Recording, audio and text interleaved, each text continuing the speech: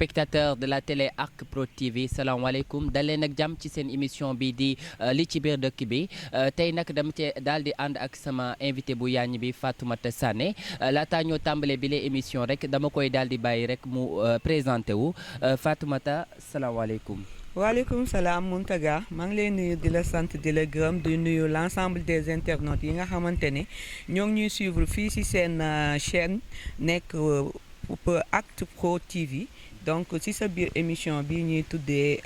li ci biir dëkk bi donc moi je me nomme Fatoumata Sané ñu may gën a woowee La Fatou donc ma nekk enseignante dans le privé nekk femme actrice de développement relais communautaire nekk également responsable politique fii à Saint-Louis donc may profité aussi ci occasion bi pour nuyu l'ensemble de mes camarades collègues amis yi nga xam ne ñu ngi may suivre je fais un coucou à ma petite famille là-bas à Ndiolofène donc di nuyu képp koo xamante ne rek mu may xàmmee ci seen chaîne bi Actu Pro TV. Fatoumata en tant que actrice de développement également en tant que responsable politique yow ban jàngat nga am ci relation bi nga xam ni nit yi am nañ ko depuis bi nga xam ni am nañu gouvernement bu bees. Voilà donc maa ngi lay remercier bu baax ci sa question di ko rafetlu bu baax donc si vous me dites relation bi nga xamante ne politique bi actuellement nii am nañ ko nit ñi ñu ngi koy am à cause de la politique donc dama naan relation yi neexatul on a vu des relations gâchées relation entre amis yi nga xam ne politique yàq nañ ko relation papa ak doom boo xamante ne politique yàq na ko relation ami yi nga xamante ne politique yàq nañ ko gis nañ relation yi nga xamante ne la médiocrité prime sur le bienfait donc boo may wax ci relation en quelque sorte dama naan politique yàq na actuellement nii lu bëri ci société bi on a vu des valeurs yi nga xamante ne dañ ko amoon depuis des temps mag di xale di respecter mag jox yërëm gone papa di rectifier doomam à sa manière da nga daan gis sax benn oncle bi nga xamante ne da ngay dox ci mbedd bi gis sa doom def lu mu warul a def tu rectifier actuellement nii sañotoo rectifier kenn. te yooyu ci noonu est-ce que tamit on n'a pas donné plus de place à la politique que nos relations. Si voilà on a donné plus de place à la politique et qu'aux relations parce que loolu noonu benn phénomène la rek man pour man. benn phénomène bu fi jaar muy phénomène populisme nga xamante ne moom moo fi jaar yàq diggante yëpp donc tu vois moi quand je vois un recteur de l'université hué au niveau de l'université à cause et un président de mouvement je ne sais pas applaudi quelqu'un qui nga xamante ne dafay promouvoir benn mouvement LGBT bi nga xamante ne c'est banni par notre société. Un recteur prendre la parole des étudiants yi nga xam ne ñoom ñoo nekk les acteurs du savoir plus tard ñooñu ñuy applaudir loolu noonu nga xam ne c'est banni par notre man je ne sais pas. ci noonu aussi surtout tamit si sujet bi nga xam ne dafa def polémique ci wàllu cadre LGBT yi nga xam ne tudd nga leen surtout aussi avec l'arrivée de Mélenchon et aussi avant même Mélenchon tamit gisoon nañu que le président il avait reçu Charles Michel bi nga xam ne moom moo nekk président du Conseil de l'Union européenne. am nañ ci ay jàngat parce que population bi tamit wane nañu seen mécontentement ci yow ban jàngat nga amee ci par rapport ak situation boobu léegi. Voilà merci beaucoup Mountaga donc l'arrivée de Mélenchon comme j'ai l'habitude de le dire Mélenchon a tout mélangé Mélenchon a tout mélangé vraiment parce que l'arrivée de Mélenchon créé na fi benn tension bi nga xamante ne vraiment du ñu xam fan lay yegg. Voilà Mélenchon benn nit koo xamante ne la tugal la dëggal na boppam ñëw ne moom mooy premier homme bi nga xamante ne député la ca France mu teg loi bi nga xamante ne mooy daganal góor jigéen maanaam góor ak góor di sëy jigéen ak jigéen di sëy ba mu ñëwee dafa dëggal boppam waaw moom fa mu dëggalee boppam nag man mii di waxanteeg yow en tant que croyante nekk musulmane rafetluwuma ko ñaawlu naa ko lool. ndax dama mais ci noonu suñu nitu diine yi ban taxawaay lañ ci am. voilà balaa ma naan nitu diine yi sax dama naan dañ ko waroon a ñaawlu. commencer par ki ko fi indi. mi nga xamante ne moom mooy monsieur Ousmane Sonko. indi na ko fi en tant que leader d'un parti. mais il a parlé au nom du Sénégal. loolu noonu métti na nit ñi nga xamante ne ñoom ñoo nekk au niveau du pays. qu'il soit journaliste qu'il soit activiste qu'il soit femme homme les guides religieux ñoom ñëpp métti lu nañ ko. parce que lan la fa wax moom dafa ne mbirum góor jigéen l'homosexualité est tolérée au Sénégal. tolérance bon bu dee man xamatuma moo toléré lu muy signifier donc toléré mooy loo xamante ne dañ koy nangu dañ ko say nangu ah man de damaa gis ne mbirum góor jigéen ici au Sénégal nangu wuñ ko toléré wuñ ko digéré wuñ ko aussi géré wuñ ko parce que on a vu pas mal de kii yoo xam ne activité kii yoo xam ne am na fi mu am ñoo xam ne dañ leen soupçonné kese laa wax soupçonné rek des choses se sont passées voilà j'ai vu aussi des imams yi nga xamante ne tey comme mu ngay wax nitu diine yi autant gisoon nañ fi comme tu l'as dit monsieur Charles Michel ñëwoon na Sénégal rendre visite au président Macky Sall amoon na ay su ma jëlee exemple le mouvement sàmm jikko yi ak le vieux là ñi nga xamante ne ñoom ñoo taxawaloon dëggal seen bopp ñu ne Macky Sall ni mu waxee ak Charles Michel dafa yomb trop kon dafa bëgg a daganal góor jigéen. waaye noonu tamit seen ex-président monsieur Macky Sall tamit amoon na ay at ci ginnaaw ay tuuma ci yooyu le mbir. waxoon nañ fi que ni moom da doon jéem a promouvoir li nga xam ne ci politique am moom mooy mouvement LGBT. voilà foofu laay ñëw nii loolu laay ñëw nii. ma ne la comme président Macky Sall xam nga tey moom dem na. wàllam wéy na mais au moins moom am na kaddu yoo xamante ne tegoon na ko parce que moom dem na ba seen dëkk. booy fàttaliku tuuti ci ginnaaw le président des États-Unis ñëwoon fii wax ci wax boobu noonu muy wiirum góor jigéen lu mu ko tontu tànk maa ngi nekk fii ci dëkk bi nekk fi ici président au Sénégal kenn du toléré góor jigéen duñ ko fi daganal mais loolu la waxoon là c'est catégorique tant que maa ngi nekk président donc là ñoom dañ demoon ba nga xamante ne nit ñi fàtte woon nañu mbirum góor jigéen parce que bañ ko tuumaalee moom défendre na boppam nu mu mën a défendre boppam moom xam na ne tôt ou tard day wàcc te loolu ce qui s'est passé mais tant que moom mu ngi fi du ko mës a nangu ñu daganal ko maintenant am na régime bu bees bu ñëw ñoom tey autant bu ñu doon wax avant ñuy yéeg moment boobu noonu lan lañ waxoon ba ñu ne Macky Sall dafa bëgg daganal góor jigéen voilà le président comment dirais-je le leader du parti Pastef lui-même monsieur Ousmane Sonko avait bien dit que ne moom bu demee ba yéeg dina criminaliser le cas de l'homosexualité ici au Sénégal maintenant de criminaliser à tolérer am na large différence. mais ci noonu tamit à travers son discours da doon jéem a expliquer aussi à Mélenchon que chaque pays tamit am na réalité am par exemple Sénégal am na propre réalité homosexualité également France et là wax na aussi gérer. donc question aussi tolérance boobu yow tamit ban gis-gis tamit nga am ci loolu. voilà Mountaga yow lan nga tuddee tolérance.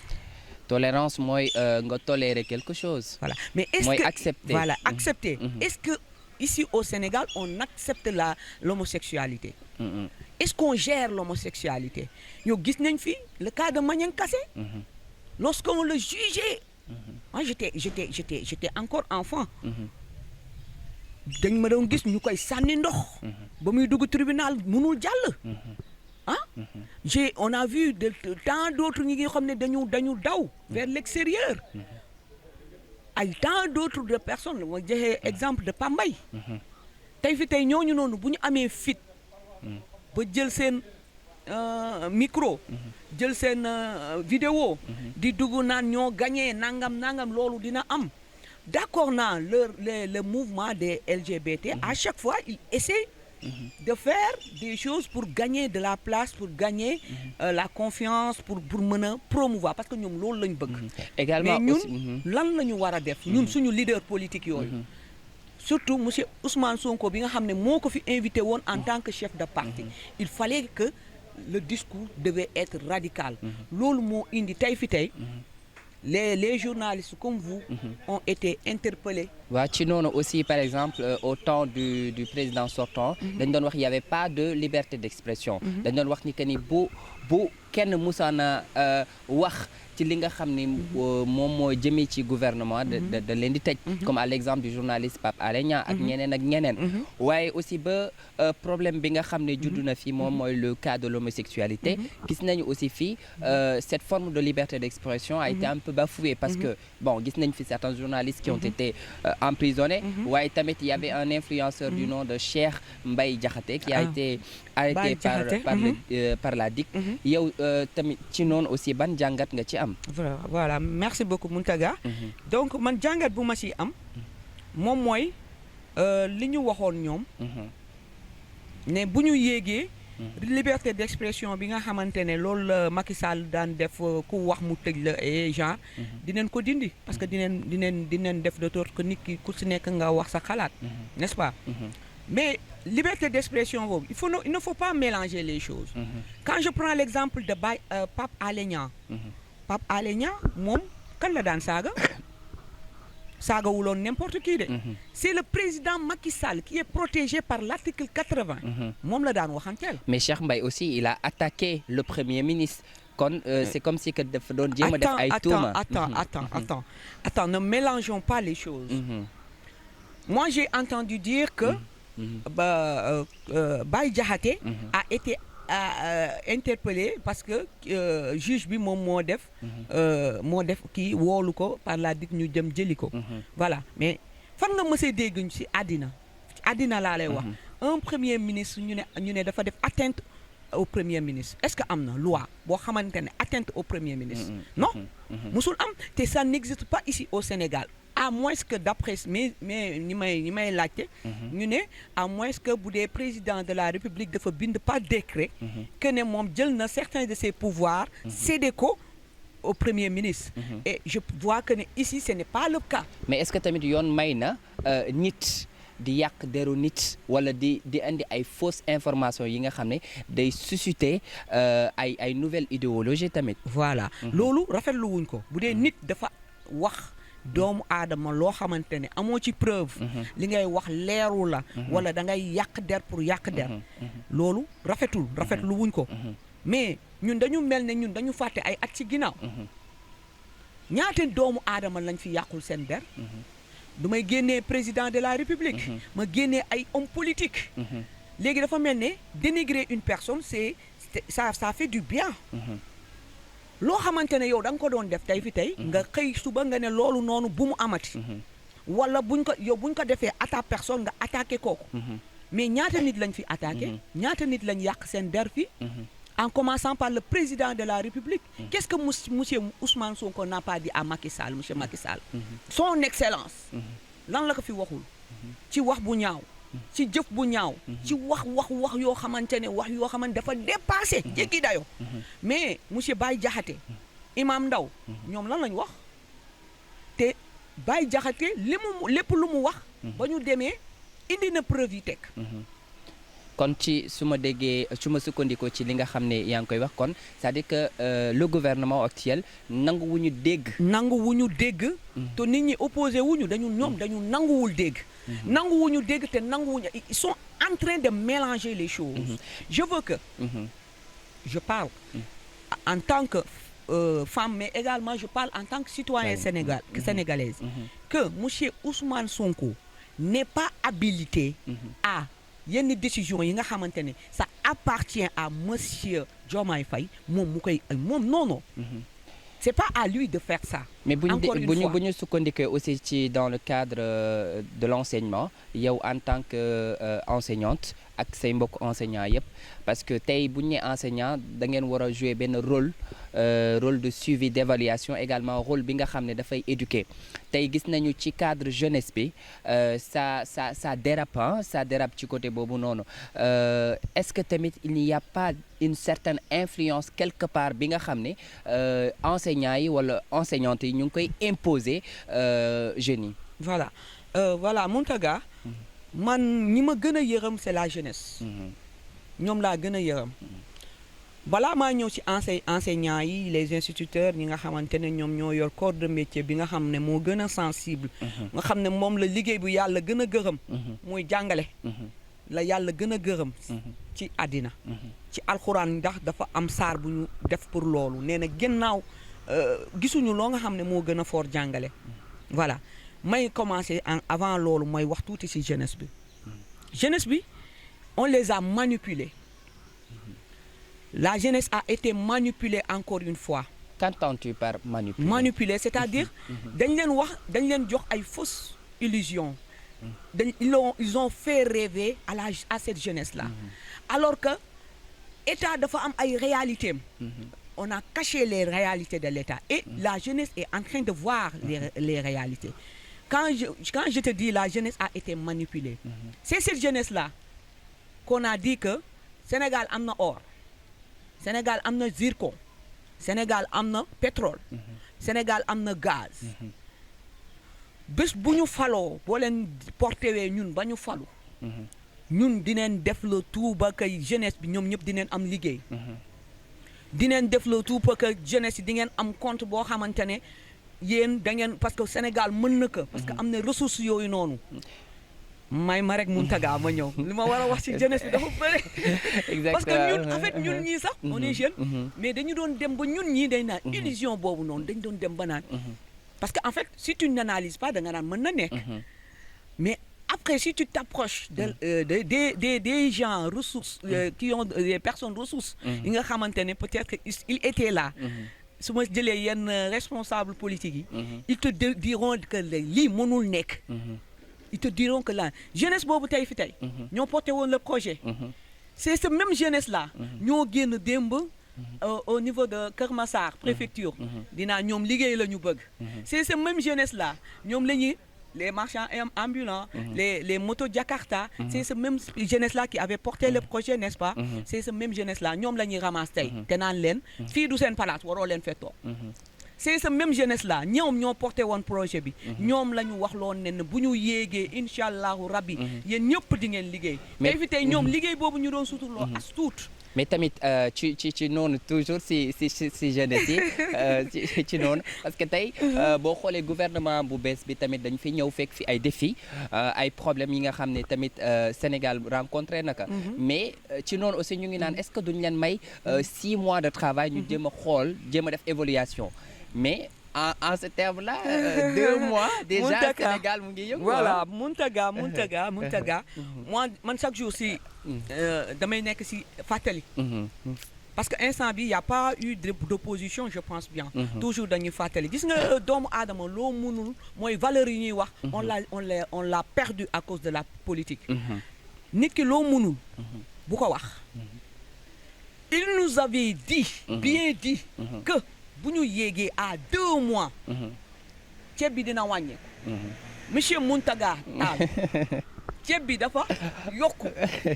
man ba ma demee jëndi le 27 may dem di jëndi ceeb je l'avais acheté à 11 500. maintenant ça coûte 13 500. mais c'est trop. mais. cin bu na leer neex bu baxee dafay xeeñ n'est-ce pas. effectivement le président Macky Sall à 18 jours après son accès ba mu accéder au pouvoir. à 18 jours ceeb bi wàññeeku na. dawlin bi wàññeeku na. suukar bi wàññeeku na. mu dugg ci affaire jeunesse bi. def ay centre de formation si la créé yu mel ne ay 3FPT. FONGIP. DER. ne jeunes yi dem leen ngeen def formation. sur l'auto-emploi. vous allez là-bas ngeen yéen ñii xam naa ne sax est-ce que bokkoo leen ci ñun parce que ay jeunes yi. mais en 2 mois Fatou Sané c'est possible monsieur Mountaga c'est possible à 2 mois mais bul révélo nit ñi li nga xam ne mais ku ko def à 18 mais jours tamit tu es à 2 mois tamit son excellence monsieur Diomaye Faye wax na tamit dina jéem a discuter ak son ministère pour ñu jéem a régler problème mu dund bi ak yeneen waaye ba ñu ñëwee ba ñu installé woo on ne voit que des problèmes sur les titres fonciers parce que boo xoolee ci littoral bi am na yeneen partie aussi boo demee côté Malika wala côté Corniche bi ñu ngi arrêté certains travaux mooy li ma la wax rek gis nga y a des choses beaucoup plus importantes que affaire foncier yi ñuy wax maanaam nit ñi dañu sonn te ñoom ñu ngi gën a sonal population bi ñu ngi gën a sonal cette jeunesse là. pour yow lan moo gën a urgent en ce moment lu gën a urgent actuellement nii mooy diminution prix denrées alimentaires yi même bu wàcculee nañ ko bàyyi fu ko son excellence monsieur Macky Sall bàyyi woon. mais est-ce qu'en 2 mois. c'est ça en fait la question est-ce qu'en 2 mois est-ce que mën na nekk c'est pas à 2 mois. c'est pas à 2 mois. que mën na nekk wala mënul nekk. ñun instant bi lu ñuy dégg ñoom ñoo ñu ko waxoon. reniement dafa mel ne dafa am. ñoom ñoo ñu waxoon à 2 mois des élections ils vont diminuer les denrées alimentaires de première nécessité. On a vu que mais est-ce que tamit ils sont pas en train de faire l'électricité yokku na. On a vu que des jeunes on est en train de déguerpir des jeunes. Colobane, Grand Yoff, Thiès, Kaolack. Mais jeunes yooyu noonu combien de jours pour la Tabaski. Des responsables yi nga xamante ne même Macky Sall ils l'ont dit. Macky Sall même bu ko doon def. bu defee quelques mois de kii da lay yërëm bàyyi leen ñu continuer. mais état tamit est-ce que Sané est-ce que tamit état mën na gérer toutes ces responsabilités parce que tey. man de waxuma ko dañ naan tamit Sénégal yamul ci Dakar kese. Sénégal yamul ci Saint-Louis mais am na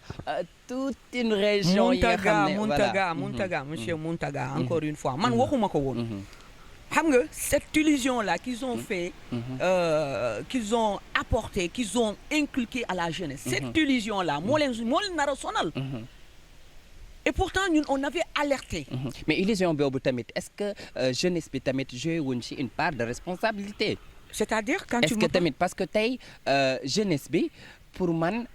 ñoo jàpp ci projet bi parce que tey bu projet bi demee ba def où est le projet Sané en fait c'est un projet qui a été écrit par man gisuma ko Mountaga nous ne leurrons pas en fait il faut se dire la vérité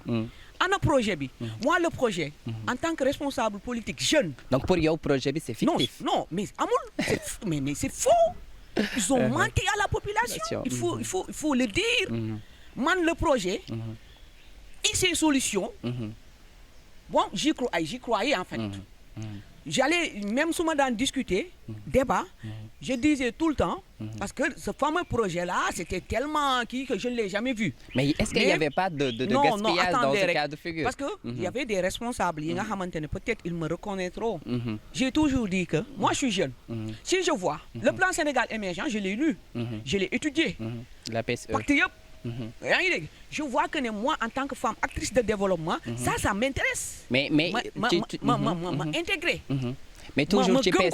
PSE bi nee nañ am na certains failles yoo xam ne ñu ngi koy jéem a réformer en quelque sorte. kañ nañ lan la ñuy réformer actuellement nii fi mu ne nii ñun le projet la ñuy wax parce que PSE actuellement nii am na si yoo xam ne moom mooy dox waaw mooy PSE mooy dox actuellement nii boo bëggee dégg dëgg PSE mooy dox mais man ce fameux projet bi nga xamante ne moom lañ promettre woon ba ay nit dee ci ba mu am ay milliers de personnes yu ci dee yaa ngi dégg des gens yi nga xamante ne ils ont vu leur seeni alal ñu koy lakk di ko taal ñoo xamante ne ils ont vu seen fi ñuy suturloo ñu piller seeni bagage ñi nga xamante ne dañu jël essence taal leen yooyu noonu yëpp projet bi moo ko waraloon où est ce projet man loolu laay wax déjà population haute trahison weesuwul loolu haute trahison weesuwul lool foofu noonu le procureur de la République waroon autosaisir pour ces responsables là qui avaient promis des choses. mais ci noonu tamit est-ce que tamit jeunesse bi tamit ils étaient pas en mal avec les forces de l'ordre. moom xaaral ma ñëw. bu ma paree ma ñëw si ñi nga xamante ne ñoom ñooy sama mbokku enseignants yi li ma leen war a wax dinaa leen ko wax. parce que c'est tellement honteux monsieur Tall. de voir que à l'école. dans les universités, dans les lycées, des enseignants, des instituteurs, yi nga xamante ne ñoom ñooy dem di former xale yi à la violence, au saccage. ñi nga xamante ne ñoom ñoo waroon jàngale le civisme. ñi nga xamante ne ñoom ñoo waroon jàngale la citoyenneté. dignité l'éducation ñooñu ñu dem di ñu leen di tudd si ñi nga xamante ne ñooñu aussi ils ont un part de responsable kon ci yow un enseignant wala benn enseignante mën na for ci benn parti politique mais mu bañ ko imposer ñi nga xam ne moom mooy ay élèves am c'est ça mais même boo koy def sax mais avec la manière on a vu de tas de choses yoo xamante ne am na fii yow yaa ngi si réseaux sociaux yi yaa ngi suivre actualité mais ce qui se passe c'est terrible il faut oser le dire c'est terrible c'est terrible maintenant en parlant des forces de l'ordre bi nga xamante ne ñoom ñooy wax moi malgré que sama jeune âge ñun mosuñu ñemee force de l'ordre mosuñu ko mais actuellement nii qu'est-ce que tu vois fii force de l'ordre bu fi wax on l'insulte da ngay gis nit ku songu force de l'ordre te pourtant bu ñu waxee ñu ne ñoom dañu far ci état mais ci noonu est-ce que du ci côté transport bi parce que tey am na ñoo xam ne ils sont pas contents parce que tey gis nañ fii surtout avec les motos Jakarta yi nga xam ne ñoom ñu ngi nekk di amplifier wu di gën a yokk ci Saint-Louis on voit qu'il y a plus d'arrestations de motos est-ce que tamit foofu aussi les marchands ambulants yi nga xam ne ñoom ñoo doon liggéey ci piétons yi est-ce que loolu tamit suscité wul seen colère en quelque sorte ma kii nu mu tudd Mountaga loolu yëpp projet bi la de man loolu yëpp man projet bi laa ko tuddee. mais donc projet bi est-ce que nekkul benn rééducation en quelque sorte. c'est ça rééducation mais aussi il faut que vraiment il faut que ñun ñëpp xam nañ ne le Sénégal va mal moi j'ai peur pour mon pays quand je vois des forces de l'ordre yi nga xam ne ils sont mécontents non là je suis en fait moi j'ai comme l'impression sama kii personnel la que j'ai comme l'impression que le régime actuel peut-être xëy na dañoo jàppee suñu force de l'ordre yi comme comme les ennemis je ne sais pas parce que quand je vois un général qui a tout fait pour le Sénégal je prends l'exemple de monsieur général Fall lui il était là depuis on m'a dit il y a mon papa qui me dit que depuis Abdou Diouf il était là lui c'est un républicain ñooñu force de l'ordre défense moo leen kii ñoom ils sont là pour la République ils sont pas là pour qui que ce soit ils sont pas là pour les politiques mais pour la République mais foofu noonu est-ce que jéemuñu def bee salaat parce que tey jii munoo continuer di parce que tu continuer di liggéey ay at alors que am na ñi nga xam ne ñu ngi ci ginnaaw voilà tu as vu Bruno Diatta qui était là ba muy décédé qui était là tout le temps qu'il était là il y a de ces gens yoo xamante ne on les a formés pour ça quand je vois le général Kandji bi nga xamante ne lorsque les rebelles de la MFDC ñi ngay doon def ay jéego di am yu ñuy teg xañ population bi nelaw et tout moom moo def descente foofu ba delloowaat la population du sud seeni terre def ab liggéey bu am solo si je vois que général boobu noonu tey fi tey ñu dindi ay kiyam kooku boo ko deful chevalier l'ordre national du lion xam nga la nga ko war a def bàyyi kaak li mu moom mais tamit est-ce que jéemuñu tamit ci noonu est-ce que jéemuñu tamit andiwaat ñeneen ñu bees parce que tey certes liggéey na pour le Sénégal xam nga jéem na combattre li nga xam ne moom mooy injustice bi nga xam ne tey moom mooy mouvement rebelle bi nga xam ne ngay wax ni léegi est-ce que tamit jéemuñu yeesalaat affaire yi. xam nga loolu yëpp yow sa gis-gis la waaye man sama gis-gis moom mooy même boo koy dindi. foofu mu ne. mais jox ko même grade bi mu amoon mais doo ko rétrogradé. ñooñu noonu tey fi tey ñoom dañ leen warul a laal parce que ils sont là pour le Sénégal ils sont là ñun bu ñuy tëdd di nelaw tey ma am fullaay fayda gu jël sama micro bi jàkkaarloo yow caméra yi te kii ma may wax ñooñu yàlla ak seen bakkan donc dañ leen war a respecter dañ leen war a jox dañu war a am reconnaissance ci ñoom kon ban te ñu xam ne ñoom sensibilisation institution lañ moi j'ai comme l'impression que ñoom lépp luy institution dañ ko bafoué benn institution rek moo am mooy ñoom seen bos bu ñu gëm ñoom leur personne ak yi nga xamante ne ñoom ñoo leen nangul mais c'est pas ça il y a des institutions qu'il ne faut pas toucher mais ci noonu en tant que actrice de développement ban forme de sensibilisation ngay def face à la population mooy téléspectateurs yi nga xam ne ñu ngi lay seetaan et pour yow tamit lan mooy que serait la bonne conduite parce que tey jii population bi amuñu droit être mal-être avec force de l'ordre parce que tey mënuma concevoir ñu xañ seen nelaw xañ seen lekk xañ seen naan pour être au service de la population mais tey loolu yaakaar ne amul lu lajj ci côté boobu voilà Mountaga moi je dirais que ne il faut que nit ñi ñu delloo si waat seen xel ñu dellu si waat si suñuy valeurs les valeurs de la République les valeurs de la citoyenneté les valeurs du sens de la responsabilité dafa am solo la République elle est là pour tout le monde Sénégal c'est une république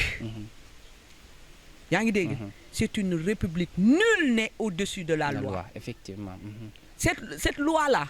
il faut que ñu sàmm ko qu'il soit là pour tout le monde mënuma comprendre nga ne man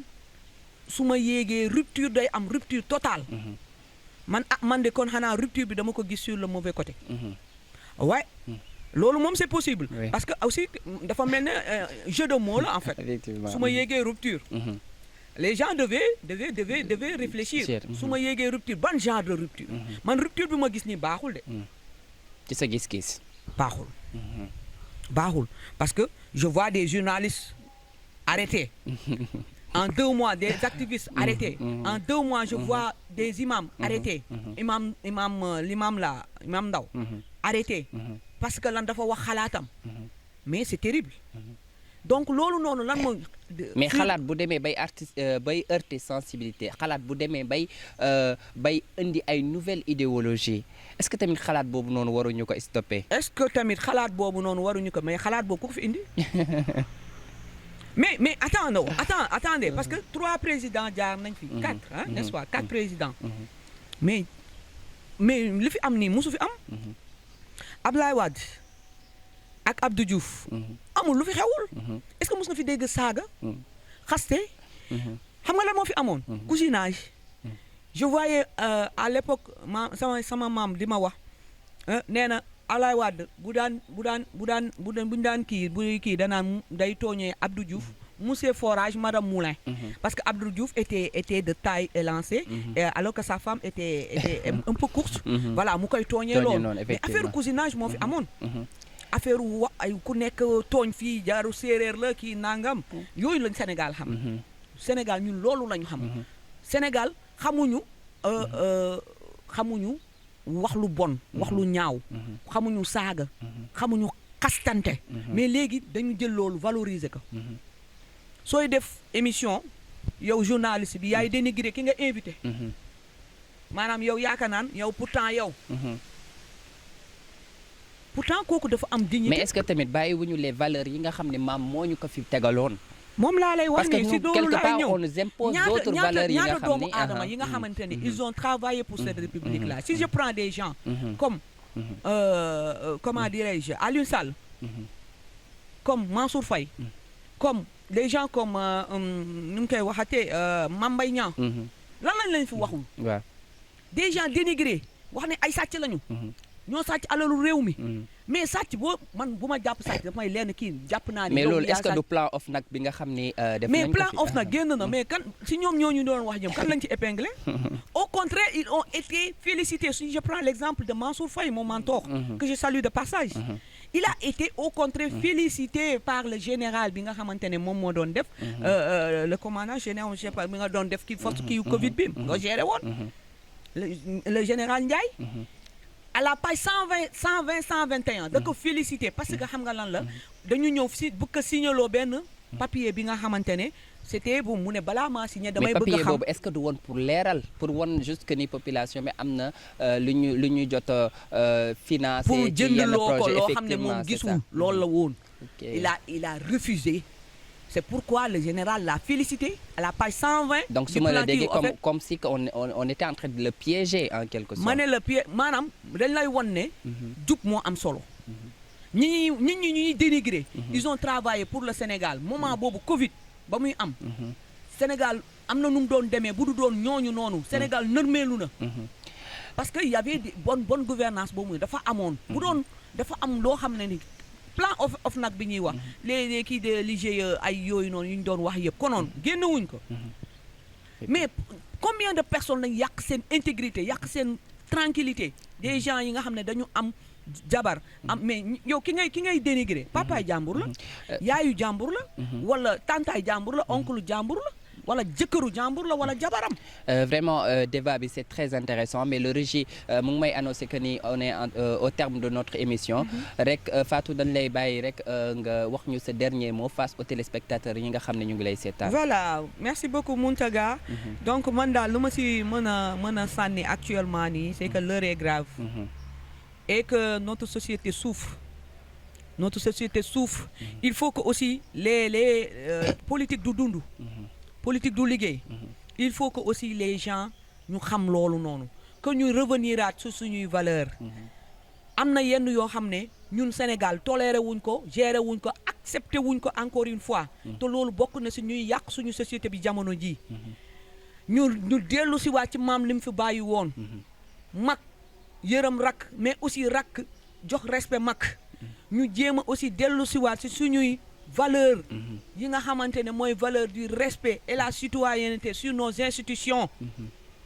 ñuy bàyyi nit ñi aussi ñuy wax suñu xalaat mais pas wax sa xalaat tamit di wax lu la neex boo waxee sa xalaat am ci foo ko teg am ci loo sukkandiku nañ la bàyyi nga wax sa xalaat d'autant plus que nag am na loo xam ne jàll na fi ba toog peut-être bu ñu demee ci ginnaaw ñu ne lii nit ñi nañ ko jéem a fàtte mais aussi bu ñu fàttewee aussi nañu rafetoowaat nañu jàngalaat nit ñi parce que l'État a ses réalités te pourtant am na ñu fi nekkoon ne les réalités l'État amul benn réalité duñ ko accepter des gens donc du coup loolu noonu dañ ci wala delloo si waat tëggaat ko voilà donc merci beaucoup Fatou Sène d'avoir répondu à notre invitation di la jaajëfal vraiment kaddu yi rafet na lool waaye tamit di jaajëfal samay téléspectateurs yi nga xam ne ñu ngi ñuy seetaan di jaajëfal samay technicien ñi nga xam ne ñoo jàpp ci émission bi lu lépp li nga xam ne ñu ngi ko fi def bu baaxee ñoom la waaye tamit di jaajëfal ñi nga xam ne ñoom ñoo sanc li yëpp li di Arc Prod TV maa ngi leen di jox dig daje ci beneen rubrique dans votre émission li ci biir dëkk bi à la prochaine.